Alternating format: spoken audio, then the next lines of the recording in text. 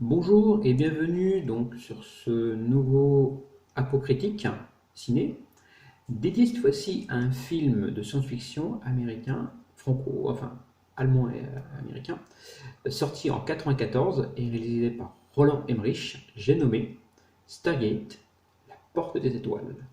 Donc, un film qui a eu un accueil assez mitigé à sa sortie et qui fut le début d'une saga télévisuelle très connue, mais ça je vous en parlerai plus tard à la fin de ma vidéo, la partie analyse. Donc, on passe tout de suite à la partie synopsis du film. Donc, le synopsis. En 1994, Daniel Jackson, incarné par James Spider dans le film, jeune égyptologue au test très controversé, résout enfin l'énigme du gigantesque anneau de pierre et d'acier découvert en 1928 autour de la pyramide de Gizeh. Un nouveau monde s'ouvre alors à lui. Donc un synopsis assez court, comme vous le voyez, que je vais un peu plus développer dans la partie spoiler. Donc j'annonce tout de suite, spoiler, je mets le disclaimer. Donc, pour ceux qui ne veulent pas être spoilés, je leur remettrai le timecode pour dire jusqu'à quel moment avancer dans la vidéo pour ne pas être spoilé. Donc spoilers donc. Le film commence il y a 8000 ans, avant JC en Afrique. Tout est calme dans un petit village, quand soudain, une lumière venant du ciel éclaire la nuit. Une sorte de vaisseau survole le village. Tout le monde fuit, sauf un jeune homme intrigué qui est alors aspiré par un rayon bleu. En 1928, lors d'une fouille archéologique, le professeur Langford et sa fille Catherine découvrent une mystérieuse stèle de pierre recouverte de hiéroglyphes inconnus jusqu'alors et accompagnée d'un cartouche recouvert des mêmes hiéroglyphes. On passe alors en 1994, où on découvre le professeur Daniel Jackson, éminent égyptologue aux thèses assez controversées, faire une conférence selon laquelle il avance que les pyramides seraient bien plus anciennes qu'on le penserait et qu'elles seraient peut-être pas d'origine humaine. Il est alors hué par ses pairs et il perd sa chaire universitaire. À la suite de la conférence, l'armée le prend à partie et lui demande de participer à un projet top secret. Dépourvu et sans ressources, Daniel accepte. De son côté, le colonel Jack O'Neill, incarné par Kurt Russell dans le film, ex-membre des forces spéciales de l'Air Force, les Backups, est sur le point de se suicider. On vous dira plus tard dans le film, je ne vais pas vous surpoler, je vais juste survoler dans la partie spoiler, je ne vais pas vraiment entrer dans le détail. Donc l'armée vient alors le recruter pour également participer à un projet top secret. Il accepte. Donc, arrivé au complexe militaire de Cheyenne Mountain, Daniel découvre qu'il doit déchiffrer, donc c'est la sorte de Catherine Langford, devenue égyptologue également. Donc, on lui demande de déchiffrer les hiéroglyphes du cartouche découvert en 1928. Alors, Daniel piétine, il ne comprend pas ces hiéroglyphes, et il découvre par hasard qu'en fait ces hiéroglyphes représentent des constellations. Donc, que les 6 symboles représentent des coordonnées dans l'espace, et que le symbole au-dessus du cartouche représente le point d'origine, la Terre. L'armée dévoile alors à Daniel l'intégrité du projet top secret auquel il fait partie, et il découvre que l'étrange anneau de pierre découvert en 1928 a été rapatrié dans la base et est en fait une porte spatio-temporelle censée mener à un autre monde. Les coordonnées donc découvertes par Jackson sont alors rentrées dans la porte, qui s'active. On envoie un drone et on découvre de l'autre côté de la porte un monde habitable. Donc l'armée décide d'envoyer une expédition aussitôt, composée donc du colonel Jack O'Neill, qui était là pour ça. Jackson insiste pour prendre part à l'expédition, prétextant qu'il est le seul à pouvoir déchiffrer le cartouche permettant le retour sur Terre. L'expédition passe l'anneau et ils arrivent sur une planète désertique, au cœur d'une pyramide beaucoup plus grande que la grande pyramide de Gizeh. Donc ils explorent les environs pour trouver le cartouche et ils découvrent des autochtones vivant comme les anciens Égyptiens de l'époque antique. Les autochtones sont plutôt amicaux. Jackson s'éprend de Shaori, la fille du chef local. J'ai oublié le nom de l'actrice, je m'en excuse. Je le mettrai peut-être en description dessous.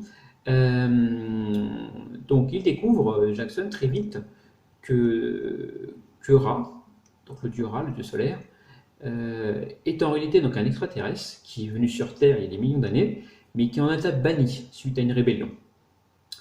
Il a donc préféré se reporter sur des peuples un peu plus dociles, donc les autochtones de la planète. Le problème, c'est que l'activation de la porte a justement attiré le faux dieu, dont le vaisseau se pose bien sûr sur la grande pyramide. L'équipe équipe est faite prisonnière, et une bombe nucléaire qui a été reportée dans les affaires d'O'Neill donc, sera bientôt transformé par l'extraterrestre en bombe cataclysmique. Donc il y a le projet de l'expédier sur Terre pour se venger. Donc l'équipe Jackson et O'Neill ont alors qu'un seul but, donc convaincre les autochtones de se rébeller contre Ra et d'empêcher la destruction de la Terre. Alors, que dire de ce film? Donc, tout d'abord, avant de parler du film, on va revenir un petit peu sur Roland Emmerich. Lorsqu'on évoque le nom du réalisateur allemand, on pense directement à Independence Day, Godzilla, The Patriot ou Le jour d'après. Excellents films, donc des blockbusters bourrés d'effets spéciaux, avec un scénario un petit peu faiblard. Mais il fut un temps où Emmerich faisait de très bons films. Par exemple, Universal Soldier et, vous l'aurez compris, Stargate. Car oui, Stargate est un très bon film. Pourquoi c'est un très bon film, allez-vous me demander? Parce que pour moi, c'est une autocritique un petit peu de la manique de l'armée américaine de partir sur le principe de précaution et de la prévention du danger. Donc là, le parfait exemple, c'est la bombe atomique que met O'Neill dans son pactage. Il le cache même à son équipe. Il l'emmène au cas où. Oui, moi style, je vais en rando, j'emmène un fusil à pompe dans mon pactage, au cas où je tomberai sur un loup, à la base, quoi. Donc c'est un petit peu caricatural, mais c'est un peu ça. C'est pour ça que j'aime bien ce film, c'est une autocritique de l'armée US. Alors en contrepartie, pourquoi le film a été mal accueilli par les critiques? Et bien tout simplement parce que beaucoup n'y ont vu qu'un film dans lequel les braves soldats américains affrontent les méchants extraterrestres pour sauver les gentils villageois opprimés. Donc on répète qu'ils leur distribuent des chewing-gums et du chocolat, et puis on a la complète. Ah, on vient de me dire qu'ils le font dans le film. Ah ben je peux pas vous défendre les mecs, je suis désolé. Bon, après il faut reconnaître que c'est un petit peu une manie dans les films d'Emmerich. Independence Day en est un très bon exemple, l'Amérique qui sauve le monde. Mais au-delà de ça, ce monde de subtilité, pour moi c'est le seul reproche qu'on peut faire au film. Puisque Stargate, pour moi, tout le reste est parfait. Le scénario, il est assez intelligent, il joue aussi bien sur la mythologie égyptienne, sans erreur d'ailleurs, ils sont très bien renseignés. Et également, il joue également sur la théorie, donc très controversée, des anciens astronautes. Donc la psychologie également des personnages est intéressante dans le film, même si elle n'est pas assez poussée. Les effets spéciaux sont bien faits pour l'époque, franchement. Surtout les casques de Ra et de ses gardes, qui utilisent une technologie qui, de mémoire, n'est utilisée que dans un seul film à l'époque de sa sortie, donc Terminator 2. Donc, vous l'aurez compris, c'est la technologie du morphing qui est utilisée pour les casques. Et tous les effets spéciaux ont été réalisés par un grand nom des effets spéciaux, donc Patrick Tatopoulos, qui est devenu depuis maintenant, quand je dis un grand maître des effets spéciaux dans le monde. Stargate, donc La Porte des Étoiles, c'est aussi un grand film, un film à gros budget, 52 millions de dollars de budget. Pour un bénéfice, donc il a rapporté 71 millions, donc à peu près 200 millions de bénéfices sur le film. Un tournage sous 52 degrés, parce que le film a été tourné en grande partie dans le désert californien, donc ça a engendré des gros problèmes de matériel et de logistique. Il y a 1 million d'eau qui ont été utilisées pour rafraîchir le personnel, donc en bouteille d'eau. Il a fallu utiliser également des technologies militaires, utilisées pendant la guerre du Golfe pour rapatrier tout le matériel en plein désert, donc c'était vraiment un tournage très difficile.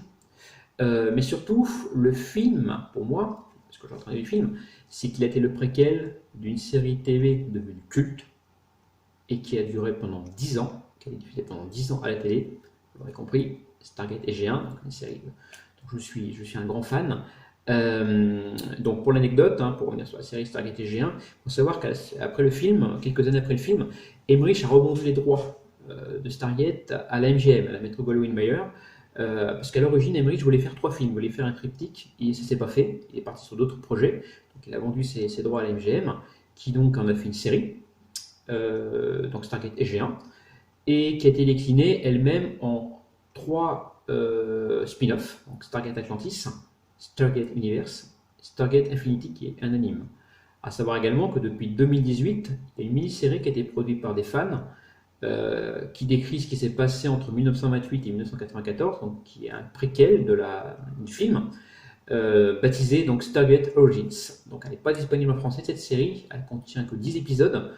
J'espère qu'elle sera diffusée un jour, parce que moi ça m'intéresserait vraiment de savoir ce qu'ils ont, ce qu'ils ont de cette petite série. Alors, si je devais noter ce film, eh bien, je lui mettrais 7 sur 10. Pourquoi 7? Parce que pour le côté militariste du film, hein, comme je l'ai décrit tout à fait tout à l'heure, donc un gros défaut de tous les films d'Emmerich, un petit à peu près. Les erreurs grossières de montage, hein, il y a énormément d'erreurs de montage. Hein. Je vous recommande la chaîne Michel et Michel sur Allociné, qui décrit toutes les erreurs de montage dans les films. Attention, hein, 7 sur 10, c'est pas une mauvaise note. Pour moi, Stargate est un excellent film de science-fiction à découvrir, qui change des films avec des vaisseaux spatiaux, pardon. À noter qu'il était huitième au box-office lors de sa sortie en France, hein. Donc il était derrière quand même les trois frères, donc indétrônable, et malheureusement une autre daube, les gens Girniens. Donc à noter qu'il n'est pas facile de trouver le film en DVD. Moi j'ai la version collector, remasterisée, qui avait été ressortie en 2004 pour les 10 ans du film. Donc je vous conseille, elle est meilleure que la version originale, hein, parce qu'elle a été entièrement remasterisée. Et également sur la version collector, si vous la trouvez, vous avez la version longue du film en VO, donc avec des scènes coupées. Donc ça peut être intéressant à comparer les deux. Il passe rarement à la télé, donc quand il passe, regardez-le. Il a le mérite au moins d'exister ce film, et moi je le conseille, franchement, foncez quand il passe à la télé. Alors j'espère que vous avez aimé ces petites critiques. N'hésitez pas donc à mettre des pouces bleus, à commenter, à vous abonner à ma chaîne. Je vous remercie d'ailleurs de vos retours, ça m'a permis d'améliorer un petit peu ma chaîne et mes vidéos. Donc je vous remercie vraiment des retours. Et puis bah, je vous souhaite une bonne journée. Et puis bah, j'attends vos retours sur cette critique. Au revoir.